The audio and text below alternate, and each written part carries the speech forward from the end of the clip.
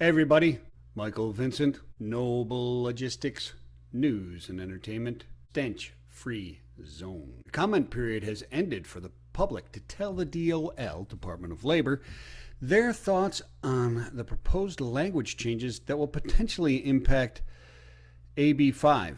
Did you comment? This from an article in The Trucker. The Department of Labor is proposing changes to the definition of contracted labor. Blah, blah, blah, blah, unintelligible verbiage here, unintelligible verbiage there, noun, verb, adjective.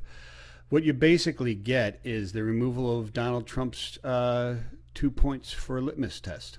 If an individual exercises substantial control over key aspects of the work performance, such as their schedule, selection of projects, and ability to work for others, that individual would likely be considered an independent contractor. Number 2. If an individual had the opportunity to earn profits and incur losses based on the exercise of his or her own initiative or management of his or her own investment on helpers or equipment to further their work, that individual would likely be considered an independent contractor. I do know this. Nothing has happened yet, and someone has to file a lawsuit in order for something to be enforced. And that doesn't guarantee it either, because the trucking company or other that wasn't exempt, which I don't know if there is anybody else that wasn't exempt except trucking, but it wasn't targeting trucking, they can defend themselves. If it goes national, then people like Prime are in trouble. 85% of their drivers are leased on contractors.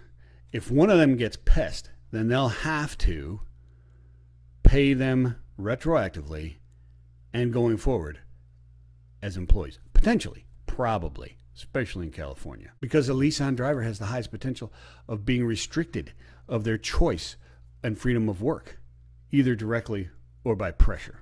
Daryl Hopkins, controller of Prime, says in the Trucker news article, independent contractors are free to make their own decisions and typically make much more money than the company drivers.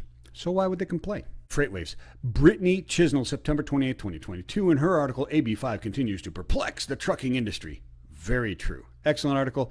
Doug Graw, founder and CEO of the Graw Group, says it amounts to alignment and honesty. He said, the recruiters are the first interaction with owner-operators.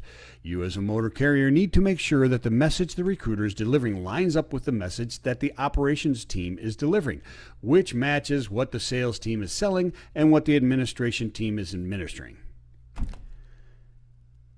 Hasn't that always been the goal that's eluded us in business?